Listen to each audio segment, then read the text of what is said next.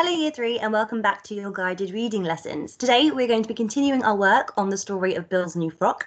And first things first, we are going to recap the vocabulary that you've been learning this week. So I'm going to share my screen with you.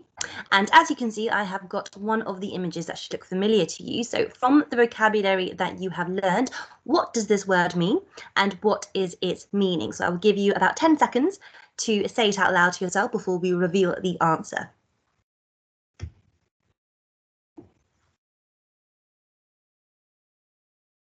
Okay, on the count of 3, the word is 1, 2, 3. Fantastic. The word is baffled, and that means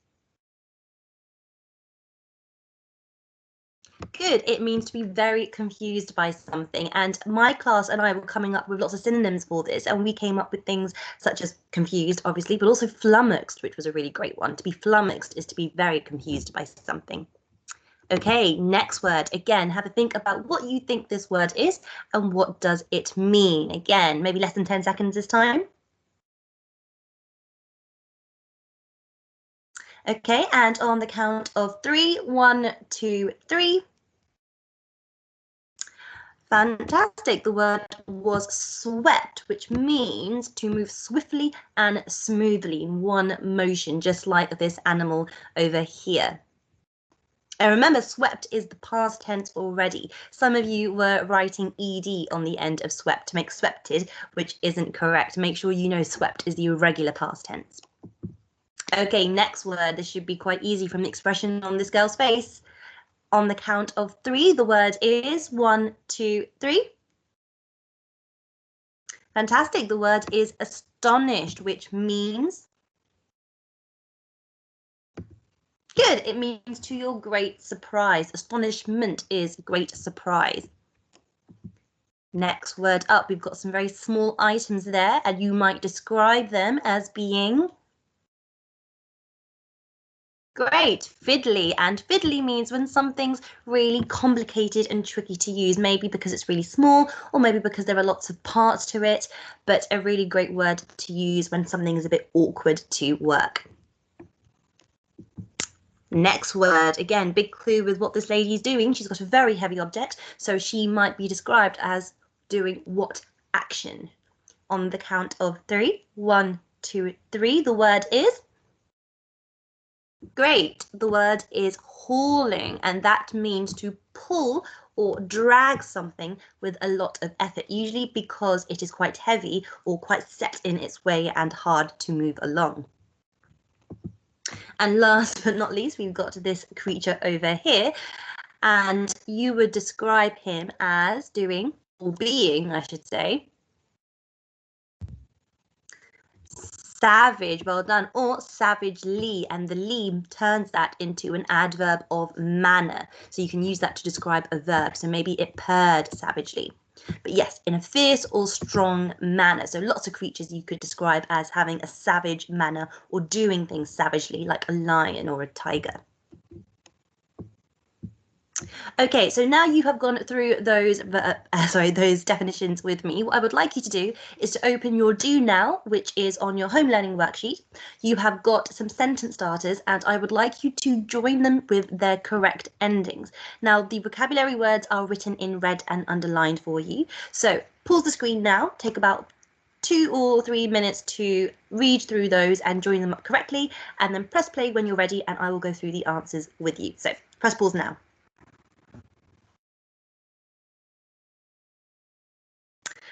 Okay, so hopefully you are pressing play because you have done your vocabulary starter. So we will go through those answers now together. So the first one, the cat savagely buried its claws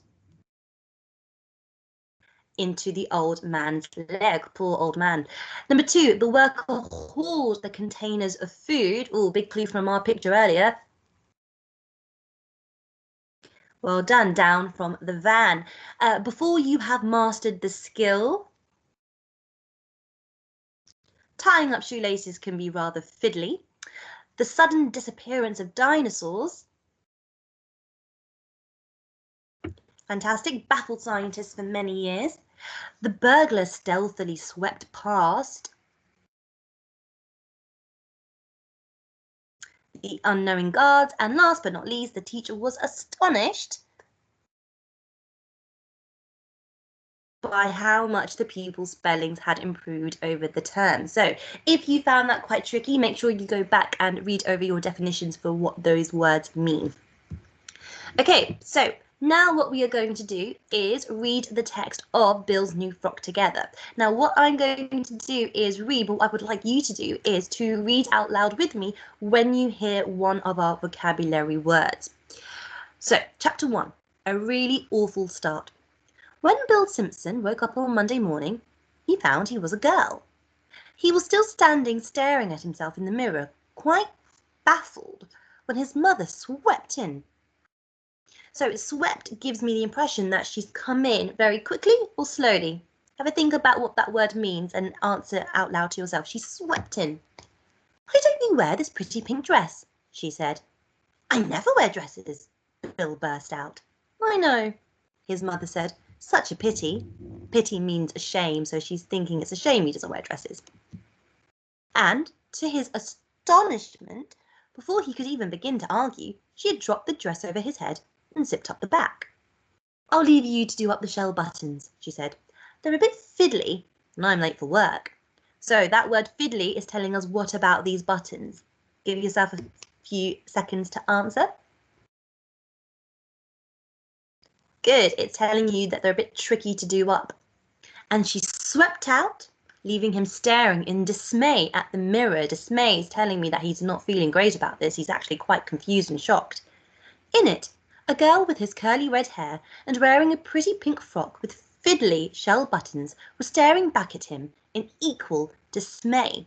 Now, I know the word equal means the same, and I know that he's looking at the mirror, so this is telling me that the girl looking back in the mirror is exactly Bill. This can't be true, Bill Simpson said to himself. This cannot be true. He stepped out of his bathroom just as his father was rushing past. He too was late in getting off to work. Mr. Simpson leaned over and planted, like that, a kiss on Bill's cheek. Bye, Poppet, he said, ruffling Bill's curls. You look very sweet today. It's not often we see you in a frock, is it? He ran down the stairs and out of the house so quickly he didn't see Bill scowl or hear what he muttered savagely under his breath. So that word savagely, I know it means fierce or aggressive, so that's telling me what about Bill's mood. So again, give yourself a few seconds to think about that. What does the word savagely tell me about Bill's mood? Good, it's telling me he's not in a very good mood at all. He's feeling quite cross about what's happened. Bella the cat didn't seem to notice any difference. She purred and rubbed her soft furry body around his ankles in exactly the same way as she always did. And Bill found himself spooning up his cornflakes as usual. It was as if he couldn't help it. He left the house at the usual time too. He didn't seem to have any choice. Things, though odd, were just going on in their own way, as in a dream. Or it could be a nightmare, for hanging about on the corner was the gang of boys from the other school. Bill recognised the one they called Mean Malcolm in his purple studded jacket. I think I'll go round the long way instead, Bill thought to himself. I don't want to be tripped up in one of their nasty scuffles. Scuffle is another word for? Good, like a fight. Last week, when all the scabs were kicked off my ankle, why else might Bill not be wanting to draw attention to himself? Good, because he's now wearing a dress, which we know is very odd for him. Then Bill heard the most piercing whistle. He looked around to see where the noise was coming from, then realised Mean Malcolm was whistling at him. Bill Simpson blushed so pink that all his freckles disappeared. He felt so foolish he forgot to turn off at the next corner to go round the long way. He ended up walking right past the gang. How do you think Bill's feeling in this moment? Are there any words you can use to describe it? I might say he's feeling quite nervous. Are there any other words you could give me for nervous? Mean Malcolm just sprawled, that means he's all laid out, against the railings, whistling at Bill as he went by wearing his pretty pink frock with shell buttons. Bill Simpson thought to himself, I'd rather have the scabs kicked off my ankle. An elderly woman with curly grey hair already standing at the curb. To feel safe from the gang, he stood at her side. Give me your hand, little girl, she said. I'll see us both safely across the road. No, really, insisted Bill. I'm fine, honestly. I cross here every day by myself. Why do you think Bill's insistent that he can do it himself? What might he feel if the old lady helps him across the road, especially because he's already feeling quite self-conscious that people might be looking at him in his dress? The woman simply didn't listen. She just reached down, grasped his wrist, hauling him after her across the road. Now, Bill might not necessarily be very heavy, but why might she have to haul him? Remember I said it could be because you're good, sort of set in your way, so maybe he's resisting moving along with her. On the far side, she looked down approvingly as she released him. That's such a pretty frock, she said. You mind you keep it nice and clean? Rather than say something disagreeable, Bill ran off quickly. The head teacher was standing at the school gates holding his watch in the palm of his hand, watching the last few stragglers arrive. Stragglers mean the people at the back, so maybe the latecomers. Get your skates on, Stephen Irwin, he yelled, and move, Tom Warren. Another boy charged round the corner and cut in front of Bill. Late, Andrew, the head teacher called out fiercely. Late, late, late. Then it was Bill's turn to go past. That's right, the head teacher called out. Okay, and I'm going to stop there because that's the end of our extract, which means a piece of the text. But today we're going to be looking at our inference questions. Now, these are questions that don't have the answer literally written out for you, but you need to think about your wider reading of the text to be able to answer it. So maybe putting yourself in the character's position, or putting yourself in their shoes, or maybe predicting what might happen. So I'm going to model one question first, and then you are going to do one with me. So I've got my steps to success. So my question is, why was Bill baffled when he looked in the mirror? So what's always a great idea is to look for those key words. So I know baffled means to be good, it means to be confused. So why was he confused when he looked in the mirror? So my first step is to skim, which means sort of read kind of quickly, not reading again as we were before, for the relevant section. So I'm looking for a section to do with a mirror. So when Bill Simpson woke up Monday morning, so I'm looking for the word mirror. He found he was a girl. He was still standing, staring at him in the mirror. There we go, quite baffled. So there are the key words. So I'm just going to underline that for myself. When his mother swept in.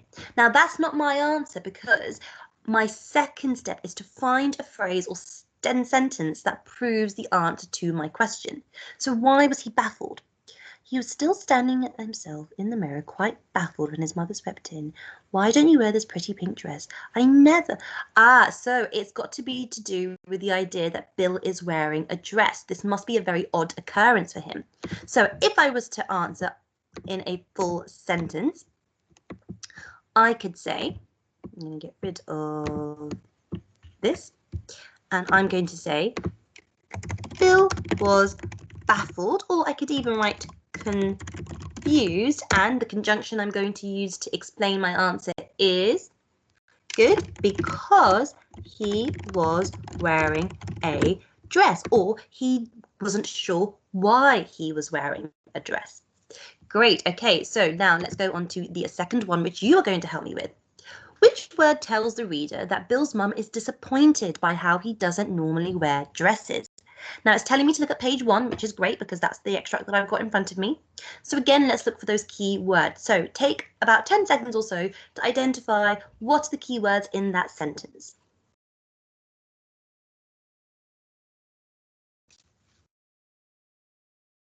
Great, the key word is disappointed. Why is mum disappointed? So I'm looking in the text for a word that also means disappointed. So I'm going to skim, that's my first step, a word that might mean disappointed. So again, give yourself a few moments while we look through, and on the count of 5, tell me which word you think there means the same as disappointed. 5, 4, 3, 2, and 1. Good, the word is pity. Remember, we talked about that as we were reading the text together. So I only have to give you one word there. I could write a full sentence, which is the word that tells the reader Bill's mum is disappointed is pity. Fantastic. So what I would like you to do now is to go through your own inference questions, which are on your worksheet. Remember to follow the steps to success like I have. Look for those keywords, skim the text on the relevant page, and find a word or phrase that matches your question. Good luck, and I will see you very soon.